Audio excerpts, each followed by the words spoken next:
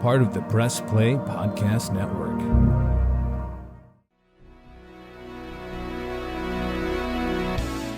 Iguodala to Curry, back to Iguodala, up for the layup. Oh, blocked by James. It's over. It's over. Cleveland is a city of champions once again. The Cavaliers are NBA champions. That sound means it's time for Cavs on the Break NBA podcast, part of the Press Play Podcast Network. I am your host, Chase Smith, and with me, NBA writer, FoopsWire.com. He's our Cavs insider, national NBA writer, Sam Amico. Sam, what is up, my man?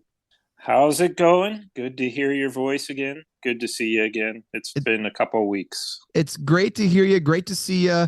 And you sound great, man. I think the last time we recorded, we had some internet connectivity issues, but let me tell you, are crystal clear. You look crystal clear, and I'm happy to be with you tonight, man. Thank you for joining us. Thank you, Sam. Thank you. Thanks for sounding okay. I'm forever in your debt. You know, whenever you're dealing with a guy who peaked in the early 90s, the odds of me sounding great take some work. Let's just put it that way. Well, here we are. JIA and John Sable are with the rest of the Cavs lineup this week. They're sitting this one out. Shouts to Zach for checking this pod out as well. Hey, Sam, here's where we're at. All right. The Cavs are 8-5 on a 4-game losing streak. Let me give you a quick breakdown of how we got here. Cavs beat the Lakers. Everyone is flying high. The Cavs are the best team in the NBA. Can you believe they're never going to lose again? I might have been saying this. I don't know if anyone else was. That might have been me. But then they lose to the Clippers by 2, which they probably shouldn't have lost that game. That was a combination of refs missed some calls. Garland had a terrible game. They forgot they had Donovan Mitchell on their team for the last 4 minutes. Garland forgot that he's not the best player on the team. Don't get me started on that, Sam Amico. But we lost to the Clippers by 2. We didn't score like 4 minutes and 30 seconds. Like it was not good. It was not good. Then, if it could get worse, we lost to the Kings by 7. Then we lose to the former champs, the Warriors, by 5, and then we just lost to the Timberwolves by 5 0. But don't worry, Sam. Don't worry. Garland scored 51. Don't worry that we lost 4. Do not worry. Hey, did you know that Darius Garland scored 51? Hey, Sam. Hey, did you hear that Darius Garland scored 51 points? I was there, and I think I was asleep for the most part for the first 3 quarters because it was just such a bad game, and the Cavs were playing not so great. Well, I don't know if you noticed, we lost, but Darius Garland scored 50. Did you see that? I mean, 51 points. We lost, but hey, 51 points. I'll tell you what, that it was a pretty remarkable fourth quarter performance by him. But just recapping the week, Chase, I think, you know, the Clippers loss to me was like maybe just tired. I think they were coming down from having finally gotten the weight of LeBron James off their shoulders by beating the Lakers the previous day. I think they just ran out of gas in that game against the Clippers. It was a disappointment because they had the game in the bag. Kings, you know, the Kings, you're going to lose games occasionally on the road. The Kings are much improved under Mike Brown. Cavs didn't play that great. You know, they got behind and then they had to fight and claw their way back. Just, you know, those are games you're going to lose in the NBA throughout the course of the season. Disappointing loss, but, you know, those things happen. The Warriors game, another game that you kind of had a nice lead there and let it get away from you with some mistakes down the stretch, some breakdowns down the stretch. And then, the Timberwolves, they always call those things schedule losses, and that's to say when you come back off the road on a long trip like the Cavs were on that first game home, you're kind of already spent. And boy, did they show it in the first half. They were just lifeless in that game until the fourth quarter. So, you know, games on the road on a West Coast trip, those are brutal. Anything can happen in those games. I don't fault the Cavs for being uneven, so to say. And they're not getting a lot of flack. You haven't heard a lot of like No. down people Yeah. for their losing streak, for dropping games to the Clippers, who are the best defensive team in the NBA. And they definitely showed it against the Cavs. They were physical. They were in their face. They pressured the ball. You're not hearing people complain about even dropping to the Kings or losing to the Warriors or even the Timberwolves at home. I mean, the Timberwolves made some moves. They got, you look down that roster, that is an impressive roster. So they're not getting a lot of flack for losing these games. But it's maybe how they lost them, Sam, where they had leads against the Clippers. They had a lead against the Warriors, and you just would have loved to seen them finish those games out. Yeah, well, and you think about the season opener, they had a lead against the Raptors, and they couldn't close that game either. So there's a little bit of growing pains, I think, after that. In between that 8-game winning streak, they've had a little bit of growing pains, and we knew they were going to go through them at some point. And the good news is for them, they're still right in the thick of the Eastern Conference race in the early season. And, we've seen what they can do when they play well.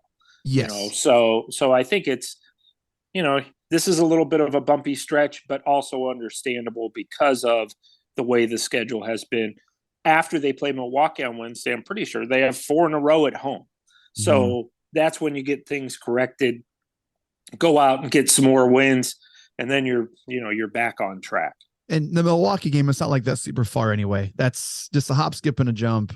And I'm not so much concerned about the losing streak. I saw some things that were pretty concerning that I was like, oh my gosh, like I'm glad they're getting these things figured out in November rather than in April or May, when you're like, okay, why is this still an issue? Now, if they're still having these issues closing out games April, May, well, then we need to talk. But you kind of want young teams to figure out, hey, who's going to close this game for us, especially when you bring in a big player like Donovan Mitchell, who's a pretty ball dominant guard.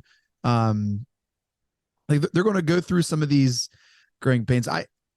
We talked about this when they traded for Mitchell, right? Who's the alpha? Who's going to be taking that last shot? Who's going to say in the timeout, hey, I get this shot, or hey, I want the ball, or I don't even know if players do that. They probably do, but coaches might, I don't know. But I kind of felt like when Garland was injured that first week or so, the first couple weeks, I think kind of showed, and they didn't have to answer that question right away. And because of that, everything defaulted to Mitchell, and it just kind of clicked. But when he came back, well, now it's all of a sudden, hey, we got this point guard who we're paying all this money to.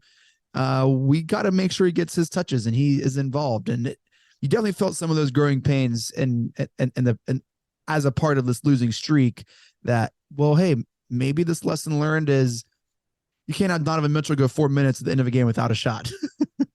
That's exactly right. I mean, Mitchell, and I thought there would be an adjustment between those two. And strictly an on the floor adjustment, and adjustment for everybody else too. Mobley plays better with Garland. And he's got to be able to play better with Mitchell, and Mitchell and Garland are still trying to figure out each other. I mean, look, Donovan Mitchell's a superior player. There's no question about it. He's way better than and I thought he was good when he got to Cleveland, but he's way better than that even. Currently he is fourth highest points per game in the league right now, 31.6. Yeah. I mean, he gets to wherever he wants on the court. He gets good looks at the basket. He's become a knockdown 3-point shooter, and can get to the basket at will. He's just a superior player. He's, to me, Chase, right now, he's one of the top 4 or 5 players in the entire NBA. I mean, just the way, at least offensively, just the way he carries himself. He's a great teammate. And that's what's impressed me the most about him. Yep. He's a guy who's scoring 31.6 points per game, but he lifts his teammates up emotionally all the time. Good guy, gets along well with the coach, respects the coach, gets along well with his teammates. They love him. He loves them. Really has been an excellent addition. That said, I was just going to say, Chase, that said, it still takes some time to adjust to each other on the court. Can I share another concern that I have noticed with this Cavs team? And I saw this when they beat the Celtics, which they tried their hardest to lose that game against the Celtics at home. Like it was like the Celtics, like they tried really hard to the Cavs to lose that game. But this is an issue. This game, it was an issue against the Clippers. Garland and Mitchell don't have a lot of length. They are not very tall. And when you get a long wing player on them at the end of a game and they clamp down, they have a really hard time of getting a clean open shot. And when you look at the other teams in the East, whether it is Milwaukee or, Boston or even Toronto, who throws out 5, 6, 8, 6, 9 guys, it's like Garland and Mitchell got to figure out how to get shots up because like it was an issue. It's been an issue so far. Like at the end of games, the first couple weeks of the season. Yeah, and that's really up to JB Bickerstaff to figure that out. How do we get these guys, not just the ball, how do we get Donovan Mitchell the ball in the final 4 minutes against the Clippers, but also find a way for him to get an open look at the basket without him having to do it all himself. Because like you said, if they're going against the defenders, 6'5", 6'6" defenders, and they're 6'1", Garland's probably not 6'1". He's probably closer to 6 foot, if that. How do they get these shots off? Well, you have to draw up plays and figure out how to get them open so that they don't have to do it on their own. And that's been a problem a little bit. That we saw that on the West Coast. It's been a lot of, kind of Mitchell or Garland trying to break people down off the dribble, and it just hasn't resulted in a lot of good plays. So I think it's important for them to stay healthy, for Mitchell and Garland, particularly. Now you've got Jared Allen out. All those guys need to be getting reps. Now, it's not a panic situation with guys out a game here and there, but they need to be getting reps with each other because, come playoff time, that's when you want to be polished.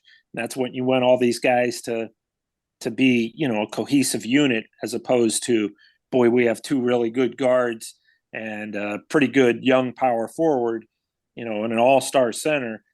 But you got to bring all that together. And that, look, that's going to take a little bit of time before they are able to perfect all that. Yeah.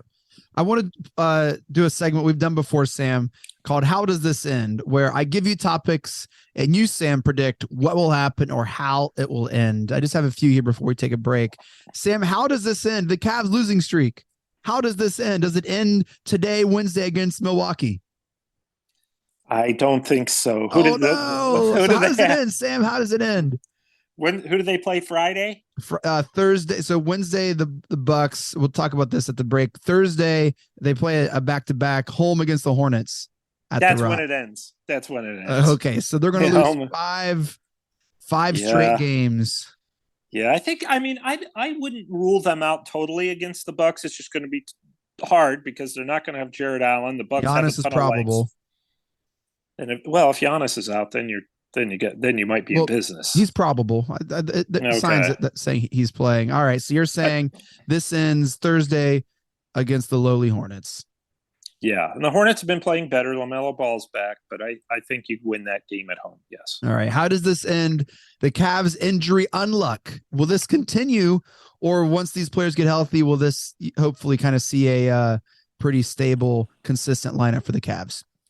I think once everybody's healthy, you're going to have a consistent starting 5 with LeVert as your starting small forward and Dean Wade off the bench. So I think that they know what their minutes and roles are. It's just with injuries, those things can change a little bit. I loved Lamar Stevens getting minutes. He's fantastic. I loved Lamar Stevens' minutes. How does this end? Cavs fourth quarter woes. Sam, how does this end? I think they're going to get back to their defensive ways, which they really, took a lot of pride in at the beginning of the season and as well as all of last season. It's harder to defend on the road because, as we saw on the West Coast trip, teams are more comfortable shooting the basketball in their own arena. That makes it that much tougher to defend. So I think once the schedule balances out, they'll overcome those fourth quarter woes because they'll have some more home games, frankly. Yeah. I don't want to be talking about these fourth quarter woes all season. And I'm just a little concerned, Sam, that it might not end for a while, but let's hope that is true. Sam, how does this end?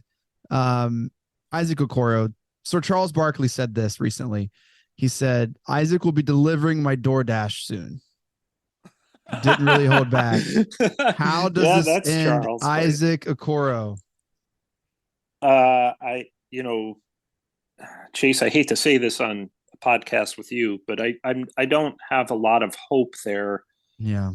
Now, because I think, I put it this way. He played his best game of the year against the Timberwolves, I think. He had some really fine defensive moments. He was a little more aggressive and active on offense. If he can continue to do that and build off that, then you might have something. But, this was the year that I really thought, okay, this is the year that Okoro is in kind of a make or break year for the Cavs. It's always like your third year. Well, he's in year 3. Hey, you're talking to the president of the Isaac Okoro fan club. I bought everyone's stock. It's just me on the island right now. I'm just the only one left. Everyone has gone. It's just me. I'm alone on this island, Sam. Help me out. I had high hopes for him this year. But he's got to be able to hit that corner 3, and he's not been hitting it. He's not really been shooting. He doesn't look to have improved from last season. And I think at some point you've got to say, because it kind of felt like they were forcing it with him a little bit. But I think at some point you have to say, look, right now Lamar has got those minutes. Yeah. You've got to earn them back. And you know what, Chase? Sometimes that motivates a guy to say, okay, I'm just going to go all out. And, I'm not saying that he doesn't play hard, because he does, but maybe take a different approach. What's your niche, Isaac? Find your niche and do that in practice and watch Lamar and see what he does. And, because Isaac Okoro has way more of an upside than Lamar Stevens. But right now, I would say, based on the one game, Lamar Stevens is a better pro right now. So I think, look, I hate to say that he's going to be delivering DoorDash to Charles Barkley, but he's not far from that if he doesn't start being consistently productive. Someone will pick him up, or someone will take him in. Someone will take him in a trade. Yeah, sure. But it won't be, I'm saying it won't be in Cleveland if he doesn't get to the point where he's more consistent. Isaac, I'll start you on my team. You always have a spot on my starting 5. Ohio Isaac. Christian College. Hey, university. Oh, sorry. Come on. No, it's I'm. You hope if no, I don't want to see anyone not succeed, right? So you hope a game like he had against the Timberwolves is a confidence builder. He didn't seem like he just seemed really timid at the so far this season, and unsure of himself and without confidence on offense. Defense, he's still. Like he seems in his element on defense, which has for kind of been his MO. But you're hoping a game, everything you said would get him going and motivating. But it's lonely here on Isaac Okoro Island, and really, I think real estate's real cheap, Sam. If you want to just make a little investment, I might make a small purchase, but okay. I think that having Lamar Stevens start the other night may have offered Isaac some motivation. I loved him last year, and was excited that he was still on the roster. But then, man, I want him to find some minutes, because I love what he brings to the table. And actually, how does this end Lamar Stevens? He was my last one. How does Lamar? Does he work himself into 10, 12 minutes a game? Or, how does this end with Lamar Stevens? Or is this just like a chip to dangle as like a trade piece? I think right now he has worked himself in, especially with Dean Wade's knee issue. Seems like it's been lingering a little bit. It sounds like it could be bursitis or something of the knee for Dean Wade. So with that in mind, you're going to need Lamar Stevens, and he played a whale of a game the other night. I asked JB Bickerstaff about him after the game, and he just said, look, you saw what he brings, right? Energy, endless energy, plays within himself, doesn't force things. And when we need a basket, Lamar is not afraid to go out and take the shot. So, No. I think it's gonna. I think he's worked himself into the rotation, back into the rotation, and is going to be a regular part of that. I will say this: by the February trade deadline, Chase, after which only either Lamar Stevens or Isaac Okoro will still be on the Cavs. How does it end, Sam? You're just going to leave us on a cliffhanger like that? You got to tell us how it ends. That's the point of the segment. They've got to duke it out.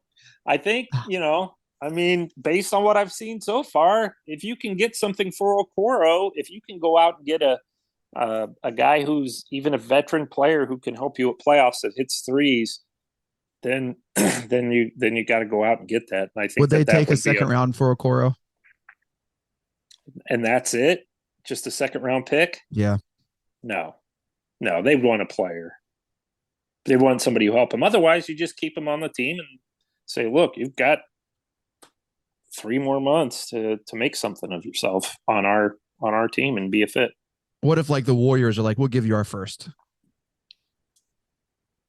Well, depending on your situation, if Lamar Stevens is playing well, then yeah, then you have your Lamar Stevens and you get a first round pick next year, which they presumably are not going to have.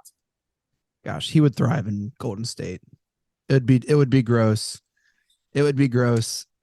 What if I was going to say, what if the Lakers offered your first round pick, but they don't have any until 2027? All right. Well, let me tell you how this ends. That's the end of the segment. I always like Sam. We do some good segments in the show. We don't the segments don't get enough credit. Let me tell you that. I give them full credit. You give them full credit. On the spot. Yeah, man. Well, hey, we're going to take a quick break. We're going to hear from our good friends at Aligned Health Center and DraftKings. And we'll take a quick break. We'll look at the Week 5 slate and make some predictions coming up. Stick around. Cavs on the break. We'll be right back. Ohio, listen, I have some great news for you. DraftKings Sportsbook is coming to the Buckeye State, and Press Play Podcast has sponsored with them to help you get the most bang for your buck. And it won't be long until you can bet on all your favorite sports from the comfort of your own home. To celebrate, all new customers will receive $200 in free bets when you sign up today using our promo code P3Cavs. That's capital P, the number 3, capital C, capital A, capital V, capital S, P3Cavs. Plus, 5 lucky customers will win a $100,000 free bet. You heard that right. $100,000 free bet. DraftKings Sportsbook is giving you right now, if you sign up for free, $200 in free bets just for signing up with our promo code, no deposit required. And you'll be entered to win a $100,000 free bet when you sign up. I just did it. It is super simple. It's easy. Download the DraftKings Sportsbook app today, wherever you get your apps on your phone. It is the best. You'll receive that $200 in your account the moment sports betting becomes legal in Ohio, looking like January 1st. You don't want to miss out on this incredible offer. Gambling problem? Call 1-800-589-9966, 21 years, ages, and older. You have to be physically present in Ohio. Eligibility restrictions apply. See terms at DraftKings.com/sportsbook. Subject to regulatory license requirements. 1 entry per customer. $200 will be issued as 8 $25 free bets. No purchase necessary for sweepstakes. Void where prohibited. Ends the first day DraftKings is allowed to operate in Ohio. See terms at dkng.co/OH. Hey, this is Chase Smith, and I'm here to tell you about our wonderful longtime friends over at Aligned Health Center. Did you know Aligned Health Center is the first and only chiropractic biophysics clinic in Northern Ohio? There is no other chiropractic clinic in the area that does what Aligned Health Center does. Let me tell you all about them. And I should know, I just went to them last month and they were incredible. From the welcome staff to the technicians and the doctors, it was an incredible experience. And I know you're going to enjoy your time there. Chiropractic biophysics is a technique that actually reshapes the spine and restores it to its original correct position. At most chiropractors you go in, you just get an adjustment and you're left with that short-term relief, but it's not actually fixing the underlying structural issues. But at Aligned Health Center, they actually aim to correct the structural issues and provide long-term relief to their patients. I'm talking about back pain, neck pain, migraines, ADHD, digestive issues, sleep disturbance, whiplash, scoliosis, and knee pain. Yes, that's right. They can even help correct lifelong knee pain. And it gets better. They're opening a huge, brand new state-of-the-art facility in Westlake. It's going to look so, so nice. I saw the floor plans. It looks incredible. You're going to love it. And in addition to chiropractic biophysics, they also offer regenerative medicine, which is a way to help rebuild cartilage in various joints and help reduce pain in places like knees, shoulders, wrists, and even your lower back. You can check them out online at alignedhealthcenters.com. That's Aligned Health Centers with an S, alignedhealthcenters.com, or call at 440-385-7357. Again, that's 440-385-7357 to schedule your exam. We will put the website and the phone number in the show notes of this episode. Looking for new insights on the Cleveland sports scene with a unique side of Cleveland sports history? Then you found the perfect podcast. I'm John Sable. And I'm Scott Sable, and we're hosts of the Sable Brothers on the Baseline podcast, a podcast about Cleveland sports, but not your typical podcast about the land's sports teams. Join us as we embark on a journey of sharing a unique and historical side of Cleveland sports history with the help of some former Cleveland sports stars and other historical figures. All right here on the Sable Brothers on the Baseline podcast, part of the Press Play Podcast Network. What's up, everyone? I'm Holly Wetzel. And I'm Tyrus Powell. And we are your hosts of The Orange is Oranger, a Cleveland Browns podcast on the Press Play Podcast Network. We give you all the dog pound coverage that you'll need to get you through the regular season, hopeful postseason, and I'd say off-season, Tyrus, but is there really ever an off-season for this team? Thankfully for our podcast, Holly, there really never is when it comes to the Cleveland Browns. Don't miss our breakdown of each week's matchup, game recaps, and any and all news out of Berea to feed your Browns appetite. As we know, Holly, dogs gotta eat. Yes, they do. So hit that subscribe button and never miss an episode of the Orange is Oranger, Cleveland Browns podcast on the Press Play Podcast Network. The R&R podcast going to be rocking and rolling with you because football season is underway. College, Ohio State, the Power Fives, the MAC, the Browns. Michael Regai, are you ready to rock and roll with some football? Kenny, I've been ready. This is our time of year. This is what R&R is all about. We're going to be with you every week. Kenny just said it, Browns, NFL, Ohio State centric. So you got to stay with us all fall and winter long here on R&R.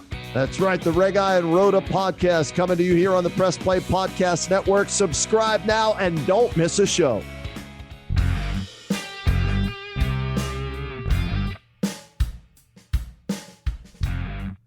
Hey everybody, I'm Gary. And I'm Jason. Opening cards as a kid, no matter what was in the pack, you always had that stick of chewing gum. Well, it turns out Gary and I opened up a box of 86 Tops last year, and let me tell you, the chewing gum does not age well. Join us on the Ball Card Show, the sports podcast for the sports collector. All right, we are back. Cavs on the Break NBA podcast. Is this a week 5 or week 6? This is week 6, right? I think it's week 6. Yeah. They wouldn't let us on last week, so we got thrown off in terms of which week it was. Week 6. Here's the slate here for week 6 in the Cavs. Today, you're listening to this on a Wednesday. We're traveling to Milwaukee to play the Bucks at 8 p.m. You ever had they have a really good beer up there in Wisconsin, Spotted Cow, I think is what it's called. You ever had that? Oh, no, I've never had a beer in the beer capital. I guess you could call Milwaukee the beer capital of the United States. I've never had a beer there. No. Spotted Cow is delicious. We traveled there today to play the Bucks 8 o'clock. On Thursday, we play back-to-back. We host the Hornets, as we mentioned before the jump, 7:30 at the Rock. And then we have 4 straight home games. Sunday, we play the Miami Heat at the Rock.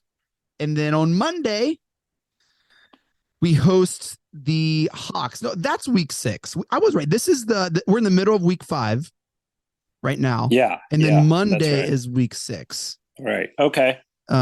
So Monday we host the Hawks, 7 p.m. at the Rock, which Sam, hopefully I get to be there with you for that game, which would be a ton of fun. I'm daring to dream. Soft. You'll be there with. All right, we can when we cover the game, we can only quote in Shakespearean language and poets and iambic pentameter. No, hey, what are some week 5, week 6 predictions here, Sam? What if you're the Cavs and you're staring at a 4-game, which you think is going to be a 5-game losing streak? I think we're going to beat the Bucks. What are some predictions that you like? What if you're the Cavs? What are you looking to get out of this next week of games? You want to play a good game against the Bucks because, like the Celtics, they're considered a true blue Eastern Conference contender, a team that has dreams of winning another title and has the talent to probably do it.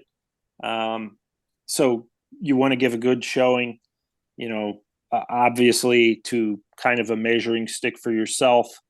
Even though you want to have Jared Allen, look, they won without Darius Garland in Boston. They can pull it off in Milwaukee without Jared Allen. It'll be a tall task, but just go out, play well, get organized, get yourself situated, give yourself a chance to win, and then of course take care of business at home. You've got the Hornets, the Heat, the Hawks, and the Hornets are trying to find their way after LaMelo Ball returned.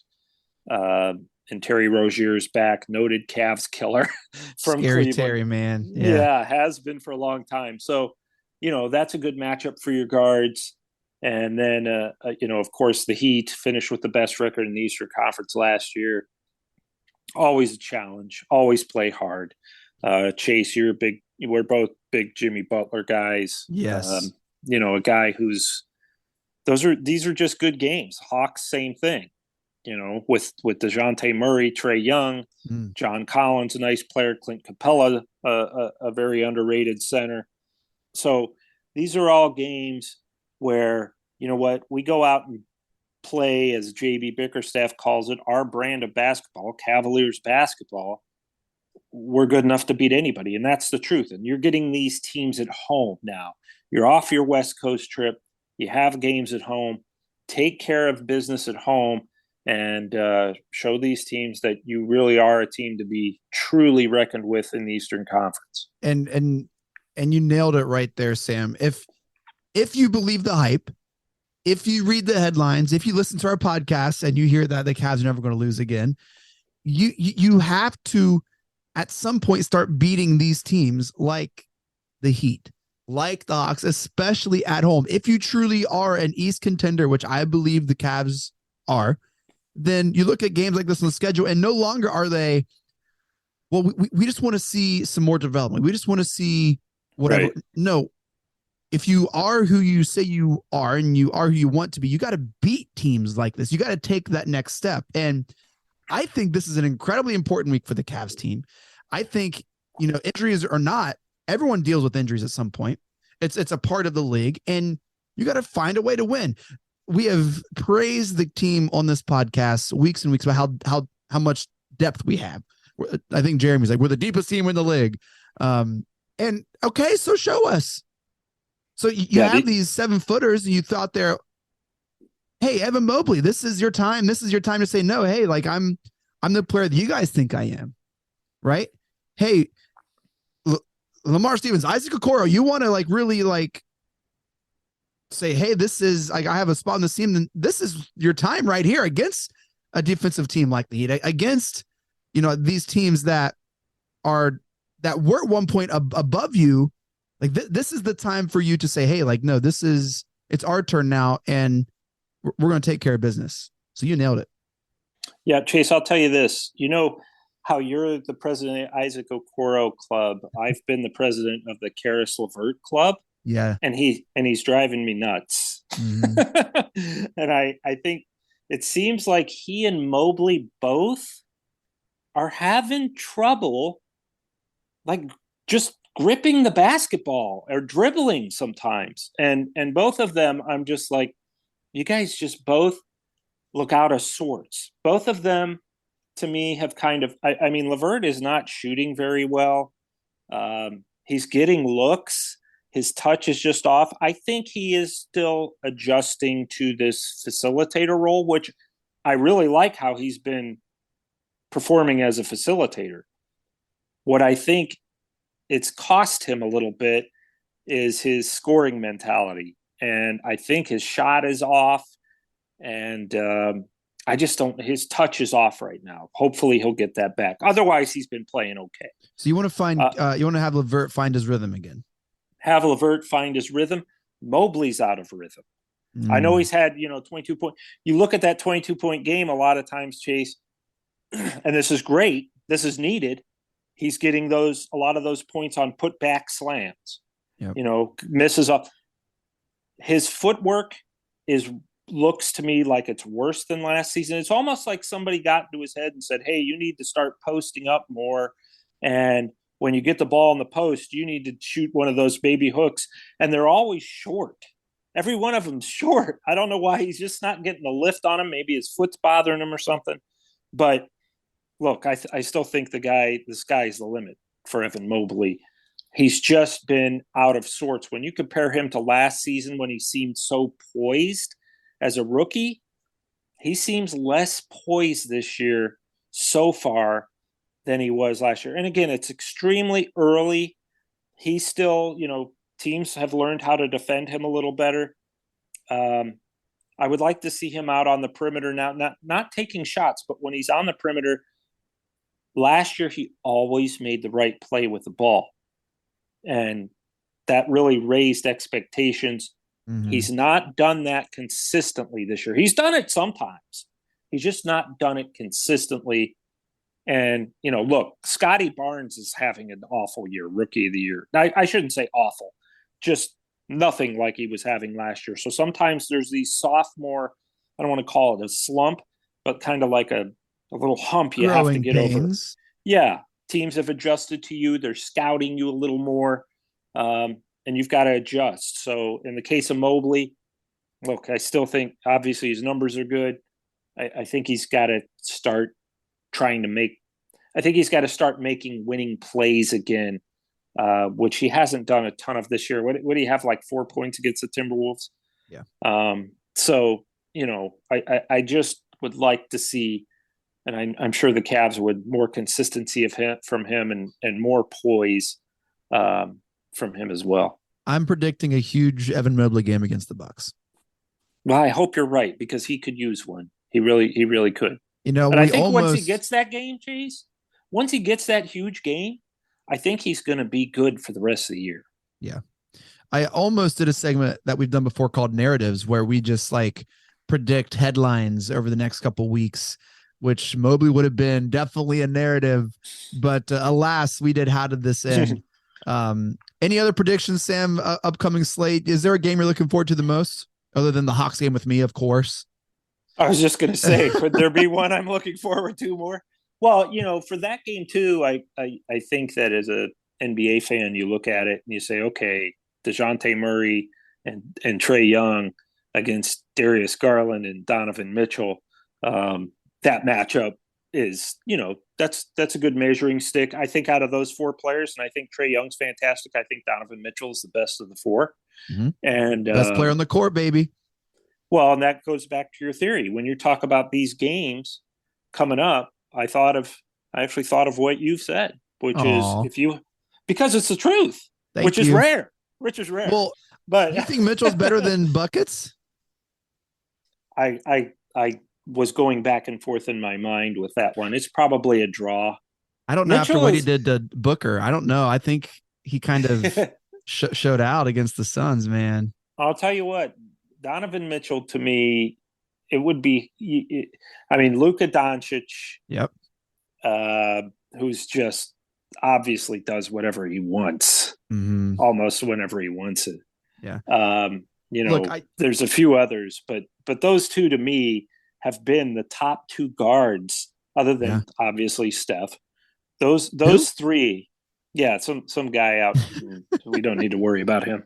Look, as transcendent as I thought Trae Young was the past couple years, especially against us in the play-in game, I do think Mitchell is better than him.